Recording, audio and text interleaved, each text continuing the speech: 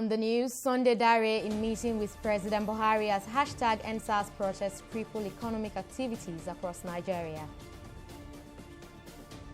Senate holds public hearing on 3 bills in the oil and gas sector. And UN broker talks show promise for Libya.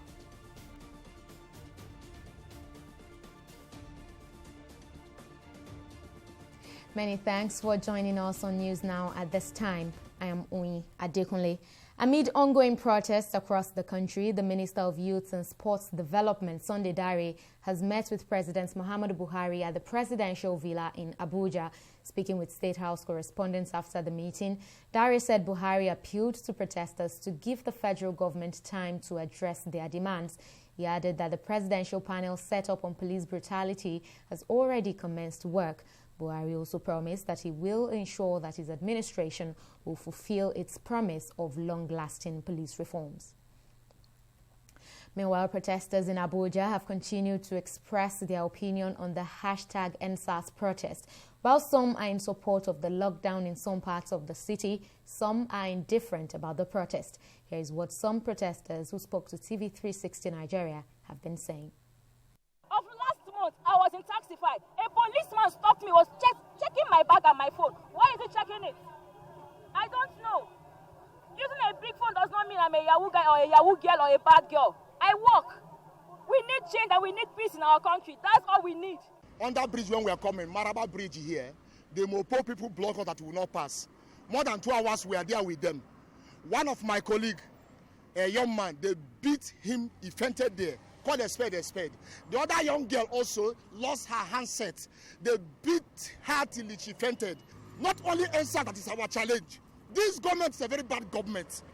Call a spade because this government, they came with the 3 agendas initially, telling all Nigerians that they want to fight against economic problem, against insurgency, that is insecurity, and they want to fight against corruption.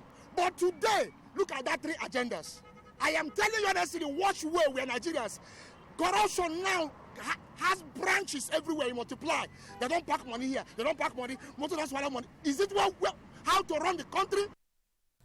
Reports reaching us now say protesters have started blocking major roads in Abuja this evening in annoyance to the deployment of soldiers to some parts of Abuja to stop the EndSARS protests. Popular areas like Banex, Bega roundabout are said to have been blocked by angry youths. TV360's Atinuke Nuke is now online from Abuja to give us updates. Atinuke, tell us what exactly you're seeing around the Abuja city right now. Hello, Oyi. Today, it really got seriously chaotic. It first started around Yanya Maraba. Yanya Maraba is an outskirts entering Abuja. So the protesters moved to Kugbo, where soldiers usually mount roadblocks and control traffic. That was where it really got chaotic because they kept dispersing protesters and all that. So our crew followed from that point to the police headquarters. The police headquarters, we could not record anything because it really got serious.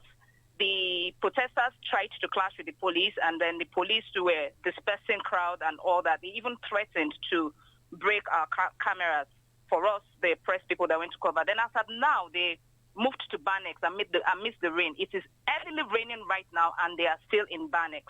From Banex, they intend moving to Gwarimpa. Some of them are in Jabi, and I think they spread themselves to different points and different areas. But are you foreseeing Abuja. An end to this protest now that the military is gradually getting involved? I do not see because side talks have it that they will reinforce and come back more tomorrow. When we even spoke with some people off camera, we asked them if they will be able to come out tomorrow, and they said yes, they will come out tomorrow, and they will go to the strategic places. The FCTA has already banned them from going. Oh, Tinuke, our correspondent there from Abuja, thank you very much for speaking to us, and please keep an You're eye welcome, on the situation for us, and please stay safe. Moving on now, several business activities were forced to a halt today as major roads across the country were blocked by hashtag EndSARS demonstrators who have been protesting for weeks against police brutality and bad governance in the country. In Lagos, the nation's commercial nerve center, major roads, including those leading to the international airport and state secretariat, were blocked by the unrelenting protesters. Our correspondent, Abisola Adebayo, tells us more. Since the #EndSARS protest began about 2 weeks ago, this has been the situation in many parts of Lagos State. With protesters barricading major roads, traffic gridlock has been at its worst, forcing people to either stay at home or walk very long distances to get to their various places of work. While this has drawn condemnation from some affected residents, the protesters say they are not stopping until all their demands are met by the government. This is the popular Ikeja Road, which on a normal day is usually very busy. But as it appears, the #EndSARS protesters have more use for the road today. The demonstrators erected barricades on the road, denying people access to eat. For them, this will continue until the government eats completely to their demands. Could you imagine I trek all the way from Berger down to Ikeja here to support EndSARS? Enough is enough. Enough is enough. Enough of suffering. Suffering and smiling. For 60 years, we've been suffering and been smiling. Enough is enough.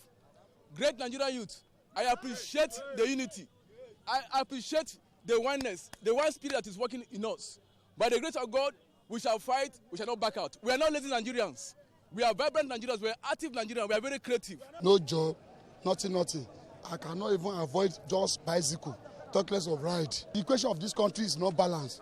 So we want better Nigeria. The protest, which was initially triggered by police brutality, has now gone beyond that, as demonstrators are demanding complete national reform. It's not about SARS alone. It's about government generally. We have a very bad government that cannot cater for the citizen. Take a look at me.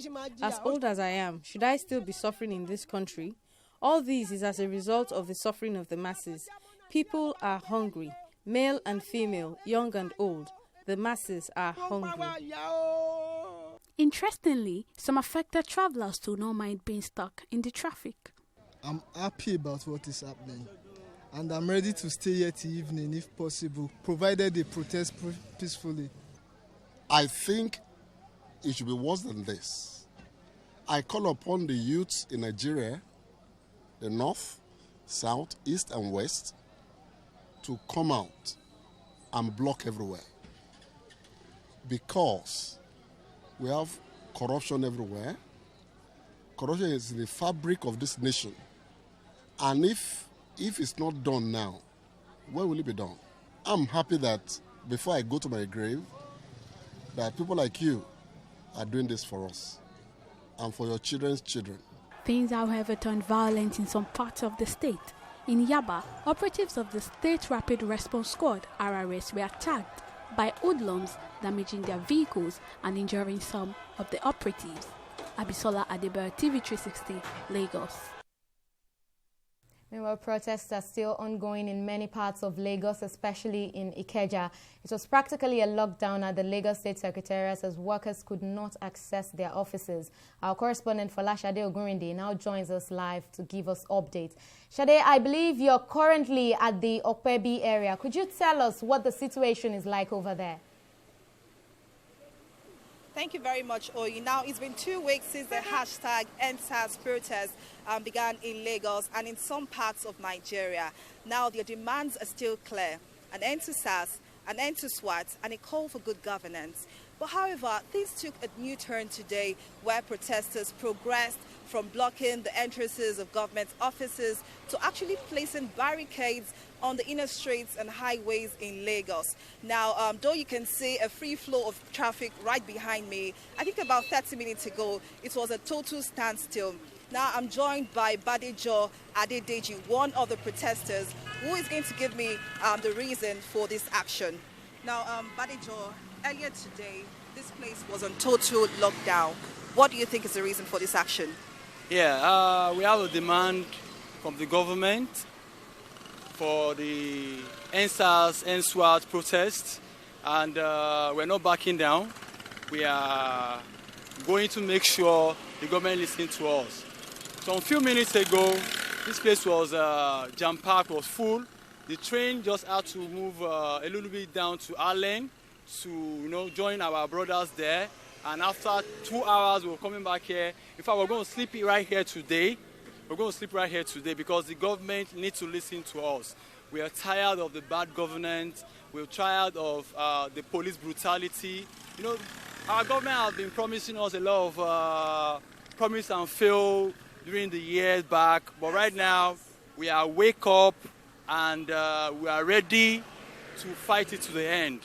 And we're waiting for the governor to address us and the president as well to address us so that we can know what is going on, because the president has never addressed us nationally, and we're not happy with that. Okay, but Nigerians are curious. This morning we noticed that you changed your mode of operation. They started creating barricades on the inner streets of Lagos. Why do you think is the reason for this? Yeah, because you see, we need to make it get seriously. See, the citizens need to know that we're not joking. We are serious here. We need to fight for our rights. They need to know that our demands need to be met. And we're not backing out. We're going to give it to the end. They said they are coming out with Operation Crocodile Smile. I don't think using force is the best way of ending this protest. But the army has said that that operation or that exercise is not to scare away protesters, that this is a yearly event that happens, to retrain army officers. So what's your reaction to this? Okay, if they say it's a yearly event, no problem. As long as we are not being hurt as a citizen of Nigeria, because we have a peaceful protest. Here was blocked, nobody was fighting, everything was fine, nothing has been destroyed. And if they are for us, we are for them. As long as they don't attack or hurt us, we don't have a problem with that. So finally, are you saying that Lagos residents should expect more traffic gridlock due to the blockade? Yes, because like I said earlier, we're going to sleep right here. Tomorrow is going to be much more than what Lagosians went through today. So I say they should prepare to close their businesses and join us to end SARS, to end bad governance, to end all the rubbish and the nonsense we'll be experiencing in Nigeria. All right. Thank you very much, Badijor. Now that was one of the protesters who spoke to me about the reasons for the barricade placed at Okpebi area of Lagos State. Now, this is not just at Okpebi. We witnessed road blockage at Awolowo Way, Allen Avenue, and also some other parts of Lagos State. Over to you. All right, thank you very much, Sade. I'll have to cut you here. Thank you so much for providing updates for us there. That was our correspondent Fola Sade Ogunrinde reporting live from Okpebi area of Lagos State. Meanwhile, the Judicial Panel of Inquiry and Restitution set up by the Lagos State government to look into cases of human rights abuses by members of the disbanded Special Anti-Robbery Squad SARS unit of the police force has commenced sitting. The 8-man panel, chaired by Justice Doris Okwobi of the Lagos State High Court, began sitting shortly after it was sworn in by Governor Babajide Sanwo-Olu on Monday. However, chairman of the panel said the first sitting was obstructed by the absence of the youth representative. The responsibility of the panel includes the investigation of cases of rights violation by SARS officers and ensure the compensation of the victims. The panel is to sit between 10 a.m. and 4 p.m. every day. A 24-hour curfew has been imposed across Edo State following incidents of vandalism and attacks carried out by hoodlums who hijacked the #EndSARS protest in the early hours of today. Suspected hoodlums attacked the White House prison along Sapele Road in Benin, the state capital, releasing several inmates. The armed squad of prison officials were said to have engaged the suspected hoodlums in gunfire, which left some persons injured. Announcing the curfew in a statement, Secretary to the state government, Osarodion Oge, said it is to take effect from 4 p.m. today until further notice. The government has also set up a 12-man judicial panel of inquiry into circumstances leading to the #EndSARS protest in the state. In reaction, have continued to trail the announcement of exercise Crocodile Smile 6 by the leadership of the Nigerian Army. The annual exercise, slated for the 20th of October to the 31st of December 2020, has been condemned over its perceived intentions. Although the land component of the Armed Forces of Nigeria has repeatedly stated that the exercise has no relationship with the NSAS protests, that has not deterred the criticisms from pouring in. The latest to lend its voice to the ongoing protest is the Office of the International Human Rights Commission in Nigeria, headed by Friday Sani, who says exercise Crocodile Smile for the year is ill-timed and must be shelved. The army should not display any special interest. This is why each operation of the army must be in tandem with international best practice. Of course, we have no reason not to be seeing the Nigerian army as the pride of the country. That is our mirror. We're expected to be very proud of it. We don't want a situation where, as it has happened to the police, it will still happen to the army, that our Nigerian army will be subjected to ridicules. We don't want it. If that happens, we lose the country immediately. The army now is the last point of call now. Bringing them into this situation will be overexposing them. And that is why you must give recognition to operations that are intended with international best practice. There are areas you don't see the army. The army has to be in an excluded place where nobody sees them, because they are the last buffer points. Security expert Hassan Stanlabo has knocked the government for not showing enough commitment to the demands of the #NSAS protesters. Stanlabo, in an exclusive interview with TV360 Nigeria, urged the government to quit what he called rhetorics and focus on urgently meeting the key demands of the protesters in order to get them out of the streets. Frankly, I feel government is not taking this voice on the streets serious yet. I hope you know, as we are talking till now, Mr. President is here to address the nation on this issue. Whatever comments that came up from him were side comments from a different function or occasion that he was attending. The father of the nation by now should be addressing the Nigerian nation, the Nigerian family, as the head, as our father, and say, I have observed this and this in the family. Okay, it's all right, my children. Please get off the street. I know we have in one way or the other erred. We shall immediately begin to correct all this. I have directed the Inspector General to do this, this, and that. And as I speak to you, ministers are busy visiting those homes. This, that, and you know, and he will call some of the victims by names. Benga Pupoluyi, who was shot dead by the policemen at Ogbomosho. We have addressed the issue. We have visited the parents. We are offsetting the bills of his burial, just like we are doing with Shegun here and Hassan here, and so on. You let these boys know, yes, you have really done some spade work on this issue, and you really feel concerned. Let's take a break here, but still to come. Nigeria Communications Commission says fiber cord to Northeast a threat to national security. Details after this break.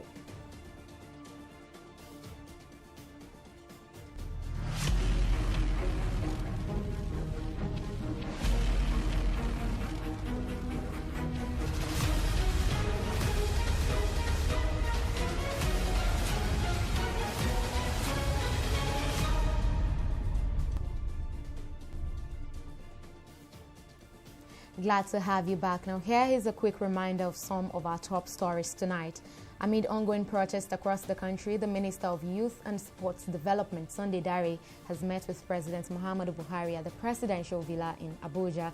Speaking with State House correspondent after the meeting, Dare said Buhari appealed to the protesters to give the federal government time to address their demands, adding that he will ensure that his administration fulfills its promise of long-lasting police reforms.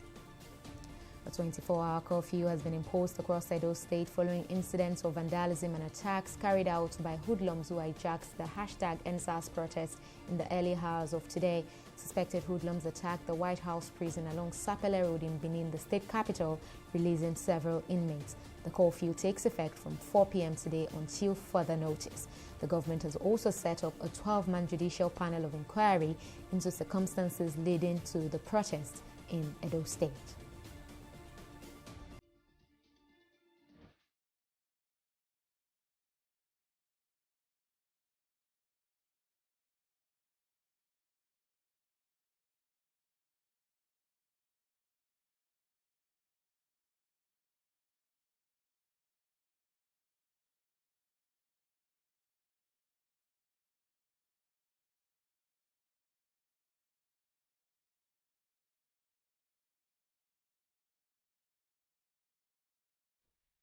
Let's now turn our attention to the COVID-19 pandemic. Nigeria has recorded 2 new casualties from the coronavirus pandemic, bringing the country's total death toll to 1,125.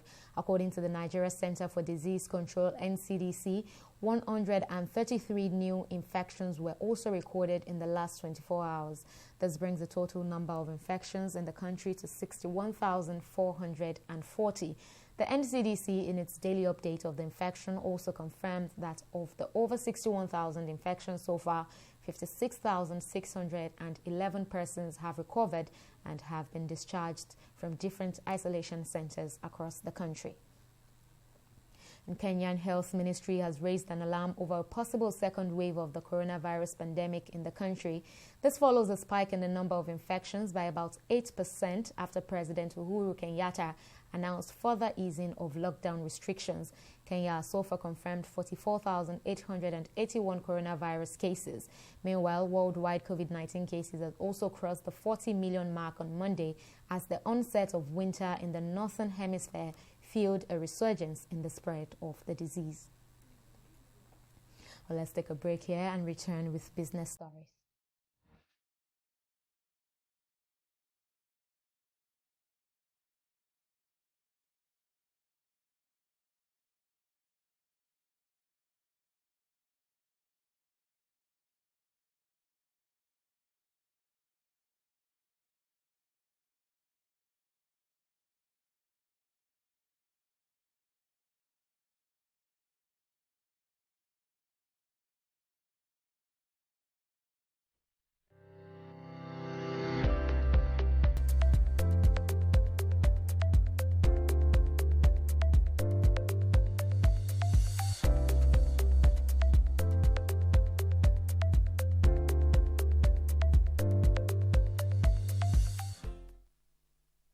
Welcome back. Stakeholders in Nigeria's oil and gas industry as well as content development are making a case for greater involvement to ensure progress and sustainability in the sector.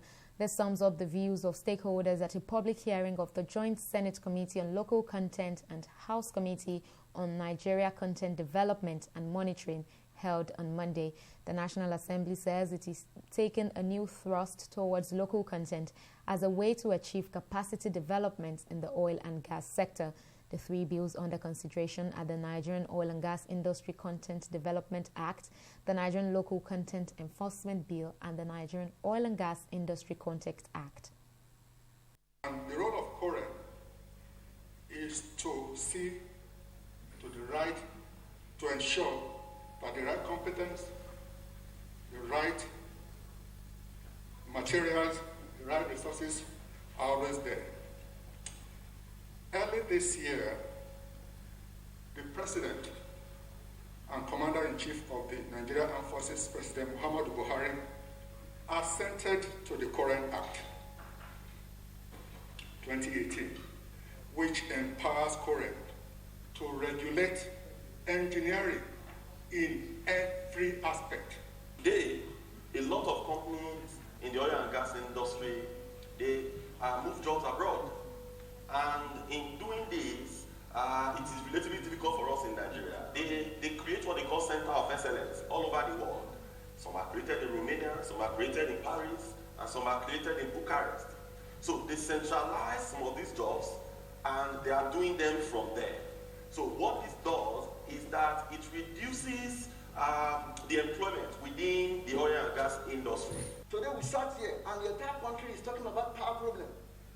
Nobody, any country can be said not to be developed if you don't have oil. But you can't be said to be developed if you don't have power. So power is central to development. And if the logic has worked for oil and gas, power needs something that makes it work. The rationale for separating this bill from Logic Act is hinged on the peculiarity of the oil and gas industry, which we all know remains the bedrock of the nation's economy. As a result, the sector requires a specialized legislation for effective and efficient management of its operations and activities. Another reason for introducing the bill is to ensure that the governance structure of Logic Act is not distorted. Aside from resources revenue in oil and gas industry is one goal we have long identified. There are two things to this. First is the real identification of the goal. Second is executing the objective. The Nigerian Communications Commission, NCC, has expressed concerns over the cut of telecommunications fiber to the northeast region of the country by yet-to-be-identified aggrieved laborers. Executive Vice Chairman of the NCC, Umar Dambata, described the development as a breach of national security. According to reports, the fiber infrastructure of two major operators have been cut off by aggrieved laborers who were engaged by some persons but were denied their pay.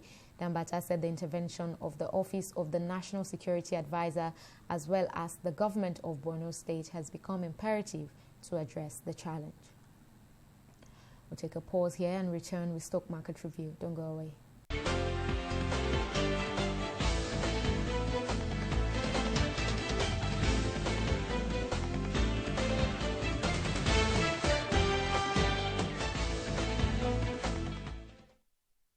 For the third time in less than a week, the Nigeria stock market is closing another day flat with buy and sell pressure on the same level. Investors continue to trade cautiously amid the ongoing social protests, which has hindered major business activities across the country.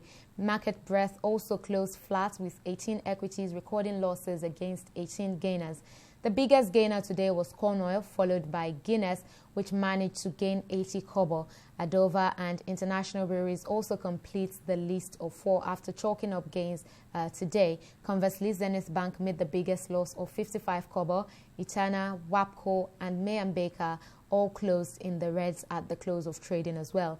Level of activity in the market was significantly low, with just a little less than 290 million units of shares worth 3 billion naira exchanging hands in 5,132 deals. As social protests is affecting the Nigerian markets, fears of a second wave of COVID-19 is also taking its toll on global markets. FTSE and Dow Jones are trading bearish, while Nikkei closed in the positive territory. And moving on now to the foreign scene, warring factions in Libya have begun another round of negotiations in Geneva in hopes of a United Nations brokered breakthrough that could pave the way for a permanent ceasefire in the conflict-ridden North African country. The meeting marks the 4th round of talks involving the Joint Military Commission. UN organizers say the round is expected to run through Saturday, with hopes that the two delegations will reach a solution to all outstanding issues which have raged on since the death of Muammar Gaddafi in 2011. Odion Igalo is in contention to make his Champions League start in Tuesday evening's clash between Paris Saint-Germain and Manchester United in Paris. Ole Gunnar Solskjaer has also selected Marcus Rashford and Anthony Martial, who is eligible to feature, although he is serving a domestic suspension following his sending off against Tottenham Hotspur before the international break. 23 players are permitted on a match day sheet, brightening the chances of Igalo's squad involvement. Well, that's the latest update on News Now. Thank you so much for watching. I am Onyi Adekunle. Bye for now.